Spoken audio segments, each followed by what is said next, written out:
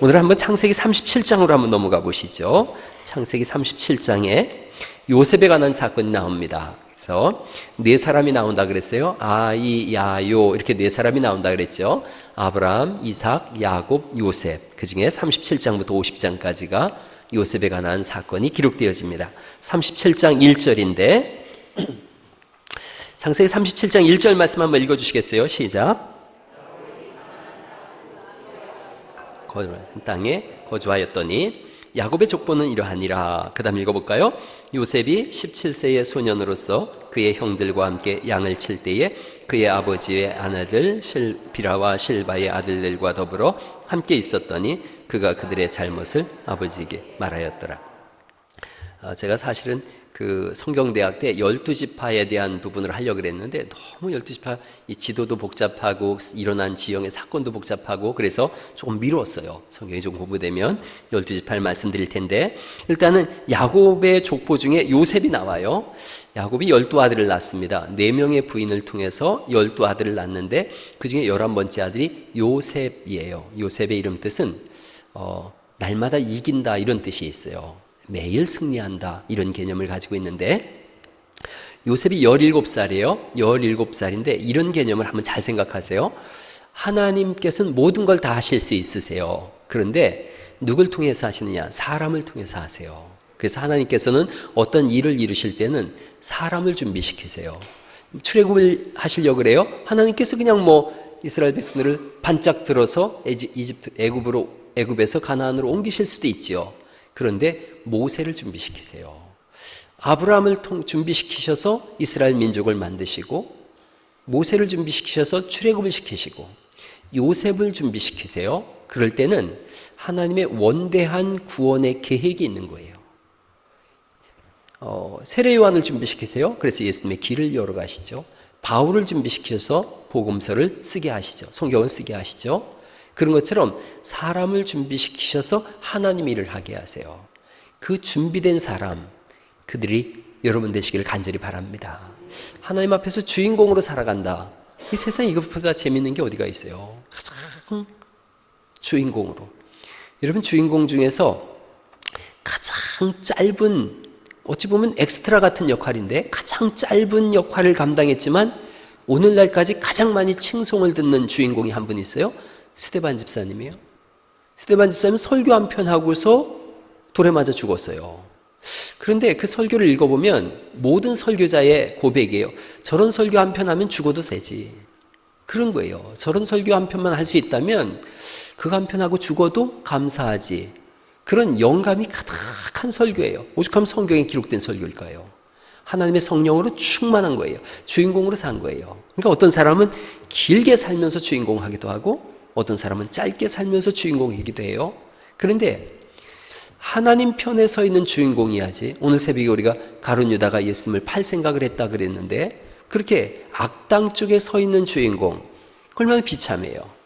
그러니까 항상 여러분 저도 드라마나 영화를 이렇게 보면 주인공들이 있어요. 근데 악당이 이기는 역할은 없어요. 항상 사필 규정이라고 정의가 이기고 주인공이 승리해요. 성경도 마찬가지예요. 우리를 주님이 주인공으로 세우시고 어떤 능력을 우리에게 주셨느냐 하면 불사의 능력을 주셨어요. 불사의 능력. 죽지 않는 능력을 주셨어요. 우리는 죄 때문에 죽는 것이 아니라 이제는 영원한 하나님 나라로 들어가기 위하여 죽는 건 줄 믿으시기 바랍니다. 그러기 위해서 우리의 죽음이 그런 건 거예요. 자, 이제 한번 생각해 보세요. 요셉이 준비됐어요. 17살에 준비됐어요. 그러나 아직까지 하나님의 일을 감당하기에는 뭔가 경험도 그렇고 나이도 그렇고 뭔가 일을 이루기 위해서는 더 많은 준비가 필요한 거죠. 그래서 하나님께서 이를 어떻게 쓰시는가 했더니 먼저 꿈을 주시죠. 거기 5절 말씀 볼까요? 요셉이 꿈을 꾸고 자기 형들에게 말하매 그들이 그를 더욱 미워하였더라 그러시면서 7절에 요셉이 꾼 꿈이 있어요. 7절 말씀 읽어볼까요? 시작. 우리가 밭에서 곡식단을 묻더니 내 단은 일어서고 당신들의 단은 내 단을 둘러서서 절하더이다. 이런 꿈을 꾼 거예요. 이게 그 당시로 보면 요셉도 아직 이 꿈의 의미를 잘 모른 거죠.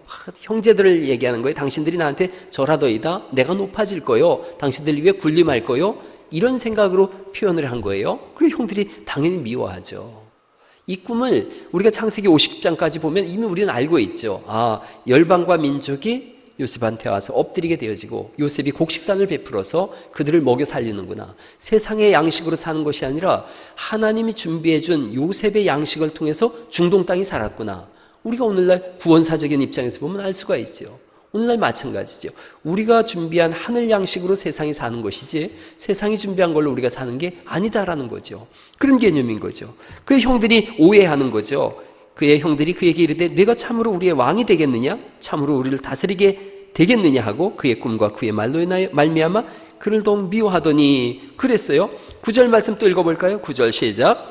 요셉이 다시 꿈을 꾸고 그의 형들에게 말하여 이르되 내가 또 꿈을 꾼즉 해와 달과 11별이 내게 절하더이다 하니라. 그랬더니 해와 달과 11별이면 엄마 아빠와 11형제다 이렇게 해석을 했는데 사실은 그렇지 않아요. 이집트 땅에서 다스리던 그 이집트에 있던 모든 우상들인 거죠. 중동 땅에 있던 모든 일월 성신을 섬기던 모든 우상들이 하나님 앞에 고꾸라지고 엎드리는 사건들을 긴 안목에서 말씀하고 있는 거죠. 자, 요셉을 팔아먹습니다. 그렇게 꿈을 꿨다고. 그런데다가 다 배다른 형제니까요. 요셉이 채색 옷을 입었다 그랬는데 이 채색 옷은 왕족이 입던 옷이라 그래요. 그리고 고증에 의하면 그 아버지의 유산을 물려받을 자가 입는 장자의 옷이라 그럽니다. 사실은 르우벤이 장자인데 르우벤에게로 안 가고 아버지가 요셉에게 채색 옷을 입히니까 형들이 저놈이 장자, 저놈이 우리의 유산을 혼자 독차지할 놈이네, 죽이자, 이런 개념이죠. 예수님께서 이와 똑같은 말씀을 예화로 말씀드리셨어요. 비유로 말씀하셨어요. 주인이 종에게 모든 것을 맡기고 타지에 갔는데 사람을 보내서 농사 얼마나 잘 졌는지 보자 했더니 사람을 보낼 때마다 죽이는 거죠. 나중에 아들을 보내면 괜찮으려니 했더니 아들을 보냈더니 저 아들을 죽이면 이제 이 모든 것이 우리가 된다. 그래서 아들을 잡아 죽였다는 거죠. 예수님 자신의 십자가 사건을 말씀하고 있죠. 그런데 이 형들이 그런 생각하는 거예요. 요셉을 죽이면 다 우리 것이 되겠지? 죽이려고 하죠. 그러다가 구덩이에 집어넣었다가 나중에 팔아먹게 되어집니다. 그래서 이제 요셉이 아버지의 집에서 채색 옷을 입다가 팔려서 어디로 가는 거예요? 이집트로 가는 거예요. 애굽 땅으로 가는 거예요. 이게 중국어에서 번역되어졌기 때문에 에집트라고 안 하고 애굽이라고 하는 거예요. 끌려갔어요. 보디발이라고 하는 사람의 집에서 종살이를 합니다. 근데 한번 여러분 이제 50장까지 쭉 읽어보시면은 파란만장한 요셉의 삶이 시작되어져요. 거기 39장으로 한번 넘어가 보시겠어요? 39장.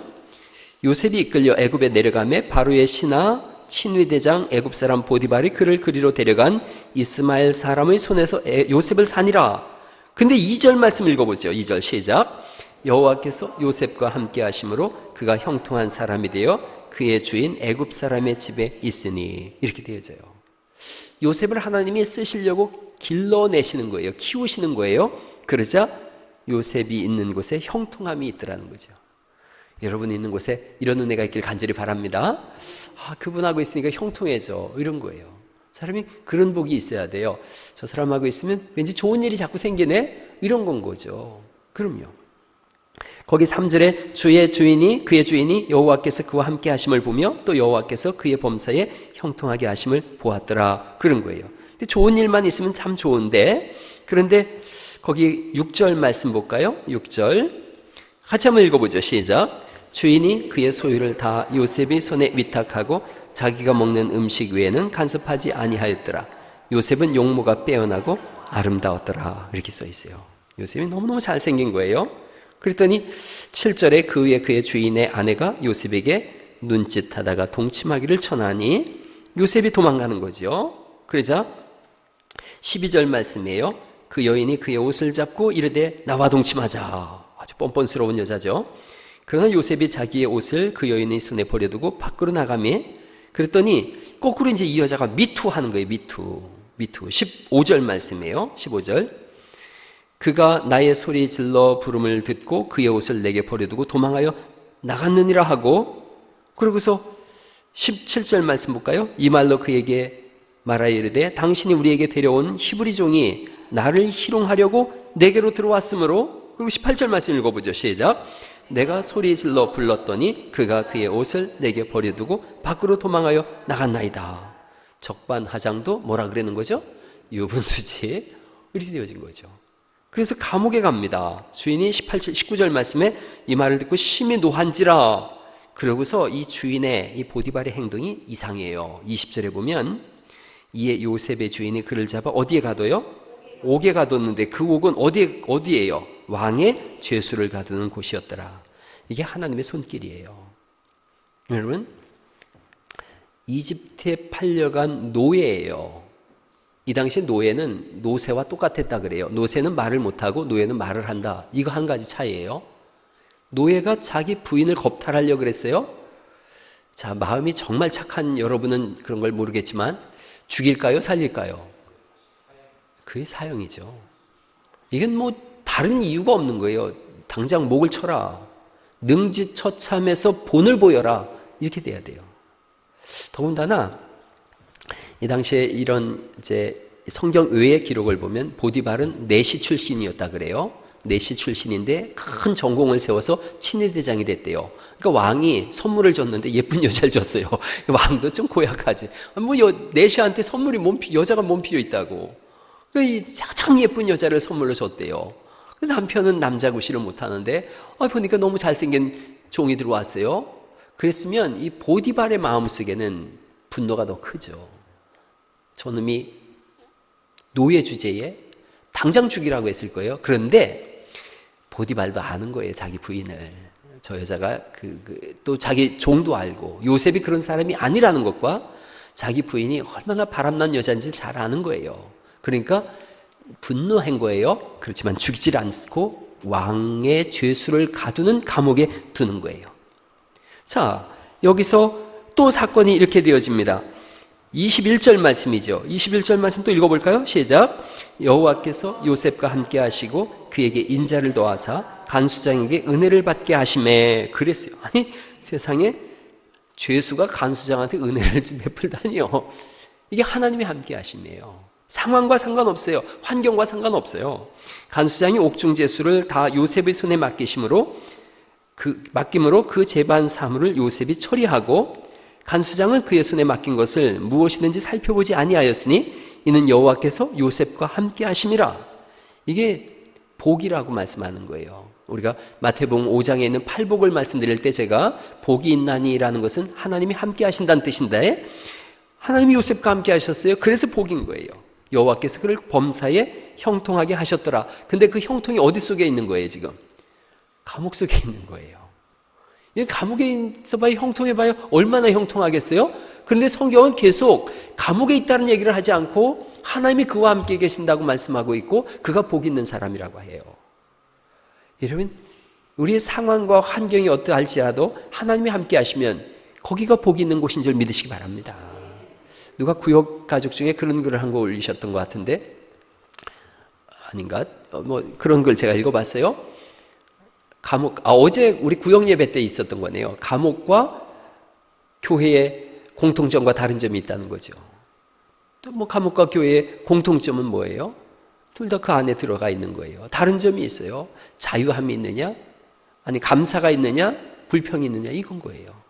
하나님이 계시면 감사가 있는 거예요. 하나님이 없으면 불평이 있는 거예요. 세상과 나는 간 곳 없고 구속한 주만 보이는 사람들이 부르는 찬송이 있어요. 궁궐이나 초막이나 내 주 예수 모신 곳이 그 어디나 어디라는 거예요? 하늘나라는 거예요. 어제 청년들한테 제가 그런 질문을 했어요. 정말 잘생기고 돈도 많고 좋은 집을 사주는 그런 남자 1등 신랑감 그런데 밤마다 패 그런 남자랑 살고 싶으냐?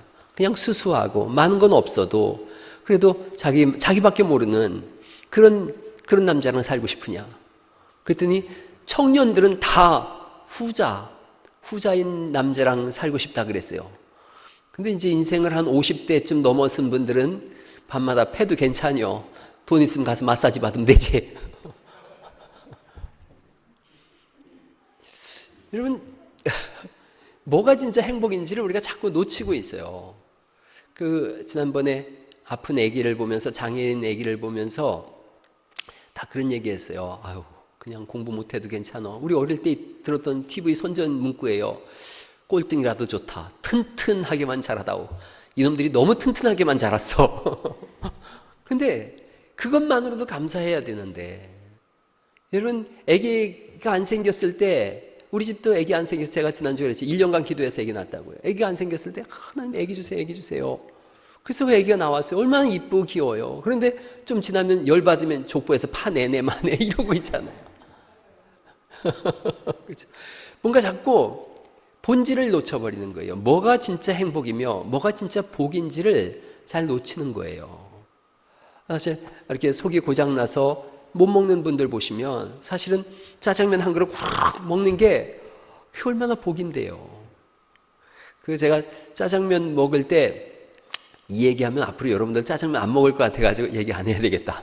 어쨌든 짜장면, 난 그 얘기 듣고서 짜장면을 먹을 때마다 아주 힘들어요. 근데 이렇게 훅 먹는 그 얼마나 큰 복이에요. 여러분 라면이 안 팔리고 있대요, 라면이. 근데 여러분 저녁에 10시쯤 돼가지고 라면을 먹을 때 두 가지 고민이 있잖아요. 살찔까 하는 고민이 있는 사람들이 있는가 하면, 이거 먹으면 내일 아침에 속 쓰려서 고생할 텐데 이런 고민을 하는 사람이 있잖아요. 살찔 건데 하는 고민을 가진 사람들, 그게 복인 줄 믿으시기 바랍니다. 이걸 먹고 내일 아침에 소화리 할 텐데, 설사할 텐데 이런다면 그게 얼마나 불행하겠어요. 뭔가 가장 작은 것에서부터 우리가 복을 찾아가야 되는데 너무 큰 걸 누리려고 하는 거예요. 요셉은 감옥에 있었는데 형통했다 그러고 하나님이 함께 하셨다 그랬으니까 그게 신약적 개념으로 복이 있다는 뜻이거든요. 감옥 속에서 복이 있는 거예요. 하나님이 그를 자꾸 준비시키세요. 여러분 요셉이 어떤 준비를 하나님이 하게 하셨는지 제가 한번 말씀을 드려볼게요. 요셉의 아버지 이름이 뭐예요? 야곱이에요. 야곱은 어떤 천재성을 가지고 있었느냐 하면, 야곱은 목축업의 천재예요. 목축업의 천재. 창세기 34장 이하를 보면 그가 외삼촌 라반의 집에서 양을 칠 때에 그가 딱 아는 거예요. 알록달록한 양과 흰 양 두 배로다가 구분을 해서 자기에겐 흰 양을 치게 해달라고 라반한테 내기를 거는 거예요. 나는 흰 양만 칠 텐데 그 중에서 알록달록한 놈이 나오면 내게 주세요. 근데 라면이 볼 때 저 바보 아니야? 흰 놈들 중에 어떻게 알록달록한 것이 나오겠어? 그래서 그렇게 하자 그랬어요.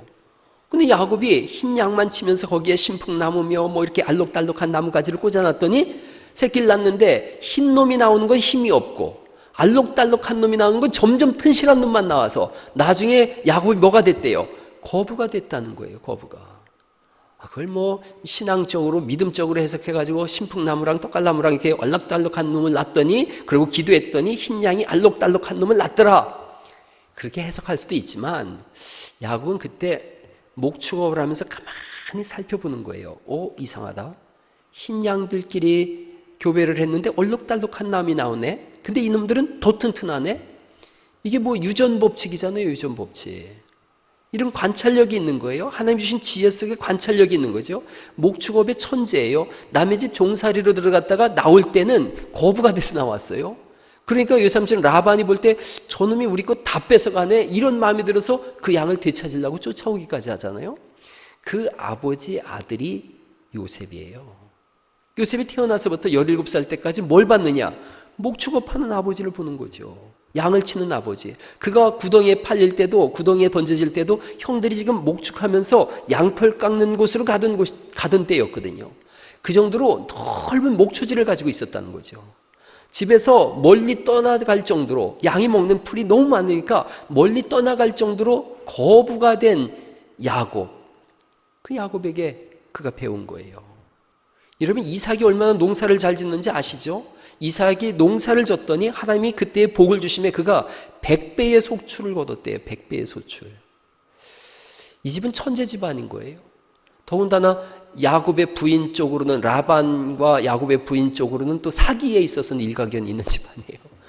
사기, 거짓말 시키는데 아주 최고의, 오죽하면 자기 남편한테 이렇게 복을 비고 할 때도 다 사기를 치고 이러지 않습니까? 이삭의 부인이. 그쪽 집안이거든요. 이삭의 부인 쪽 집안이에요. 리브가랑 라반이랑 다 거기. 라반도 사기 치는 데 있어서는 상상을 불허한 사람 아니에요. 오죽하면 딸을 줄 때도 큰 딸을 먼저 보내려고 네가 7년을 일을 해라, 뭐 이런 사기 집안 아니에요. 머리가 나쁜 사기도 못 쳐요. 그런 쪽에서 잘 발달된 집안에 이삭이 태어난 거예요. 요셉이 태어난 거예요. 이 사람이 이집트에 갔어요. 이집트는 이 당시에 농업이 첨단 산업이었어요. 첨단 산업인 농업인데 그 나라에 2인자, 3인자쯤 되는 보디발이라고 하는 친위대장 집에서 온갖 업무를 다 맡아봤어요. 그러니까 그가 어떻게 농사를 지며 농산물을 어떻게 관리하는지에 대해서 안목이 열린 거죠. 나중에 제반 업무를 다 요셉한테 맡겼다는 거 아니겠어요? 요셉이 그때 팔려갈 때가 17살이었는데 17, 18, 19, 20살도 되기 전에 이 보디발 집안의 모든 제반 업무를 그가 다 맡았어요. 엄청난 사람인 거죠. 뛰어난 사람인 거죠. 자, 목축업을 배우고 농업을 배웠어요. 교도소에 갔어요. 교도소에 갔는데 왕의 행정을, 정무를 담당하는 그런 죄수들이 온 거예요. 거기 앉아가지고 뭘 배웠겠어요? 나라가 어떻게 돌아가는지를 아는 거예요.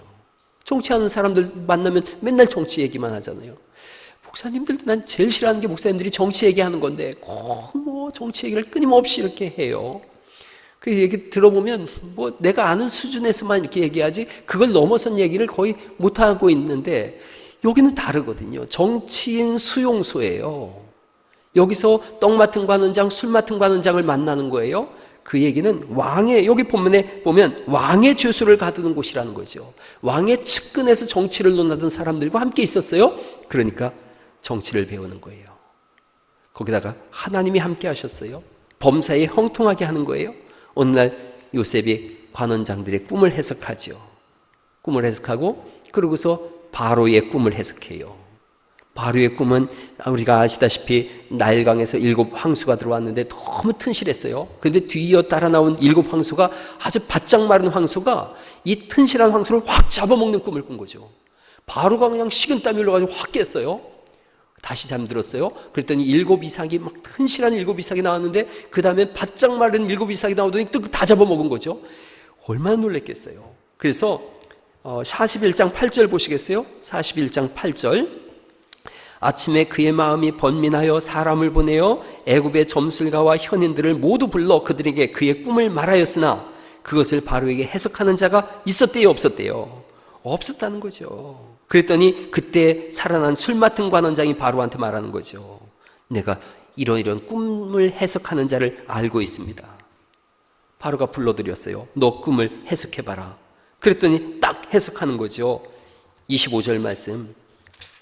요셉이 바로에게 이르되 바로의 꿈은 하나라. 하나님이 그가 하실 일을 바로에게 보이심이니이다. 7 좋은 암수는 7회요 7 좋은 이삭도 7회니 그 꿈은 하나라.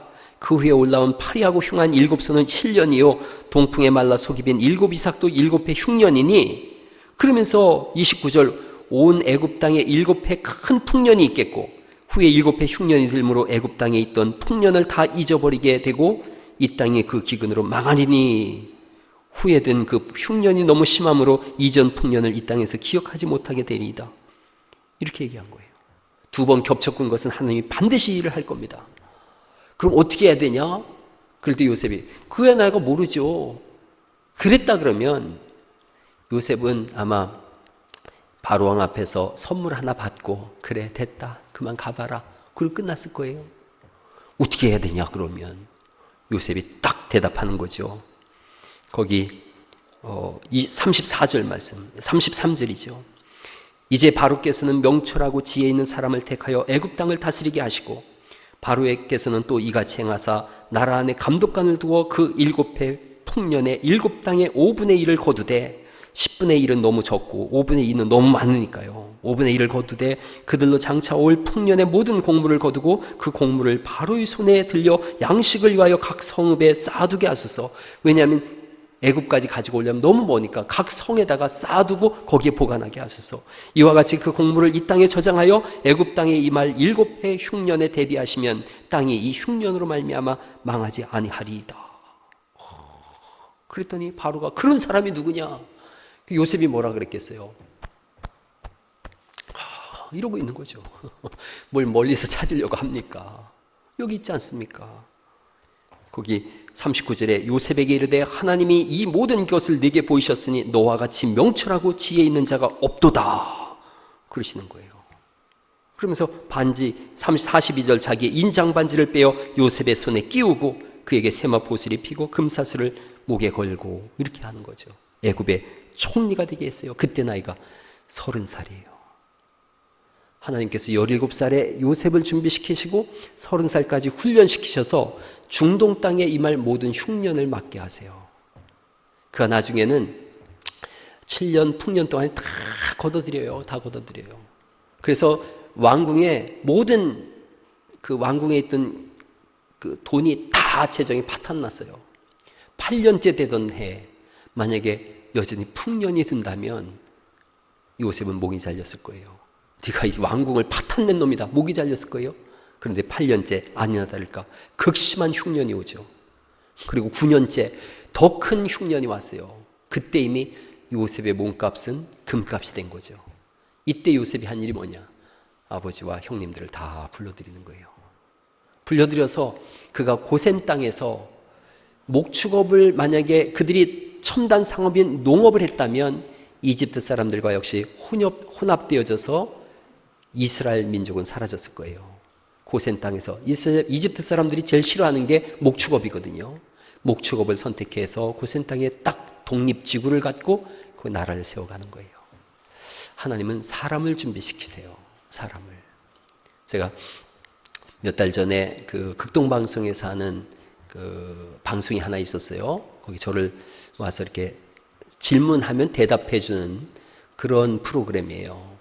그래서 갔어요. 가서 이렇게 하는데 저는 이 장점이 하나 있는 게 안 떠는 게 장점이에요. 어떤 자리에 가든 이상하게 안 떨려요. 그리고 나중에 떨어요. 한 10시간쯤 뒤에 떨어요. 그때 죽을 뻔했어. 10시간쯤 뒤에 떨어요. 그러니까 이렇게 방송을 하는데 뭐 이렇게 컴퓨터 TV 모니터에 이렇게 질문들이 올라와요. 그러면 이제 그 극동방송 그 PD가 저한테 목사님 이건 어떻게 해야 돼요? 그러면 이제 제가 이렇게 얘기를 해주는 거예요.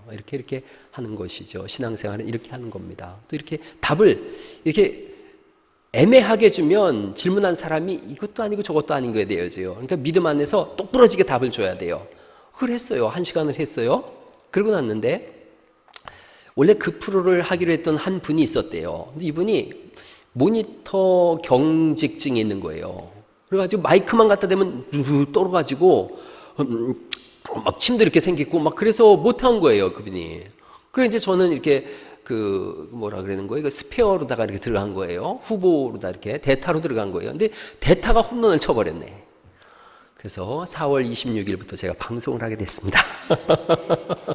그래서 극동방송 금요일 날 아침 9시부터 11시까지인데 9시부터 10시까지는 그 회의를 한대요. 오늘 뭘 나눌지를 회의를 하고 10시부터 11시까지 제가 생방송으로다가 생방송인지 뭔지 모르겠어요. 녹화인지 생방송이라 그러던데 1시간 동안 저하고 그 PD하고 하고 거기 뭐 개그맨도 온대요. 개그맨도 와서 상황극을 이렇게 한대요. 상황극을 하고 목사님 어떻게 해야 될까요? 이렇게 한다는 거예요. 그럼 내가 이렇게 이제 하는 거죠.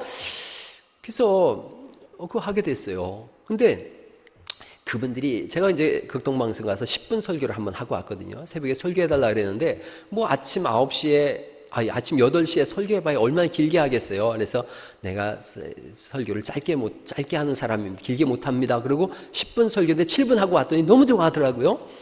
방송에 특화된 목소리래요. 할렐루야. 일단 얼굴이 안 보이잖아요. 라디오니까. 얼굴 보면 그 사람들이 다 실망하죠. 우리 집사람 친구들이 유학을 많이 했어요. 외국 유학을 하고 왔는데 전화가 오면 내가 먼저 여보세요? 안녕하세요? 네, 반갑습니다. 그러면 아내 이제 바꿔주면 야, 네 남편 불란스에서 유학했냐? 프랑스에서 유학했냐? 뭐 목소리가 뭐 이게 테너냐? 뭐 이런다는 거예요. 그러면서 저를 그렇게 궁금해하고 보고 싶어 한다는 거예요. 절대로 얼굴을 보여주면 안 돼요. 보는 순간 어머 이게 뭐야? 이렇게 될 거란 말이에요. 라디오의 장점이 뭐예요? 얼굴이 안 보이는 거 아니겠어요? 그래서 제가 이제 목소리가 그 방송할 때는 이렇게 촐랑거리면서 안 해요.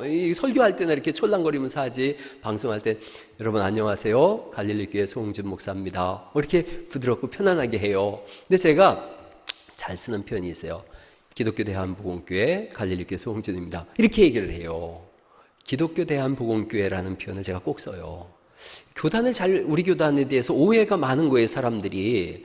그리고 교회를 오고 싶어도 기독교 대한복음교회가 생소한 거예요. 그래서 설마 기독교 대한복음교회가 이단이라고 생각한다면 이단인 목사를 극동방송에서 데리다가 하지는 않잖아요. 그래서 교단을 알릴 차원에서 또 우리 교회를 소개할 차원에서 제가 꼭 얘기를 해요. 이땐 제일 멋있는 목소리를, 안녕하세요, 기독교 대한복음교회 갈릴리교회 소홍준입니다. 다 그래요. 그러면 되게 소홍준 목사입니다 이렇게 안 하고 소홍준입니다 이렇게 하니까 더 좋아하는 것 같아요. 그래서 교단을 알려요. 교회를 알려요. 근데 제가 생각해 봤어요. 저는 사실은 독서광이에요. 책 읽는 것 때문에 아주 제가 이 책을 늘 일주일에 한 권 내지 두 권을 읽어요. 요즘 들어서 우리 부목사님이 힘들어해요. 제가 숙제를 내주거든요. 수요일 날 책 한 권을 주고 일주일간 읽고 한 페이지로 정리해서 나한테 보내라 그래요. 이거 한 지 몇 주 됐는데 엊그제 그러더라고요. 목사님 죽을 것 같아요 그러더라고요. 그래서 내가 죽어, 순교요 그랬어요. 그랬는데 일주일에 꼭 한 권 읽어야 돼요. 저는 두 권 읽는데요 그랬더니 이게 머릿속에서 막 자기들 나름대로 이렇게 차곡차곡 말씀과 정리가 돼서 쌓여요. 이런 책을 읽고 설교할 때하고 책을 안 읽고 설교할 때하고, 제가 책 내용을 설교 때는 안 써요. 그렇지만 쓰는 단어나 어휘력이나 표현이나 기승전결로 구성하는 거나 다 달라요. 그래서 독서를 하지 않는다? 그럼 설교하지 말라 그래요, 저는. 그런 것들이 쌓였어요. 그랬더니 어떤 질문이나 어떤 문제에 대한 답을 줄 수 있게 됐더라고요. 그렇게 한 지가 한 20년 됐어요. 하나님이 20년간 준비시킨 거예요. 그래서 방송하게 하셨어요. 여러 가지로 감사해요. 목소리도 또 이렇게 방송에 적화된 목소리라고 하니까 또 이렇게 길게 얘기하지 않고 저는 짤막짤막하게 얘기하는 걸 좋아해요. 장황설로다 얘기하는 걸 잘 못해요. 그런 것들이라든가 생각해 보니까 하나님께서 그렇게 쓰시려고 준비케 하신 거예요. 요셉을 그렇게 하셨듯이 저를 그렇게 하셨어요. 그 말씀은 여러분에게도 그렇게 하신다는 거예요. 여러분의 삶 속에 버릴 것이 하나도 없어요. 하나님이 모든 시간 속에, 삶 속에 그 모든 것을 알랄이 채우셔서 하나님의 일을 이루어 가세요.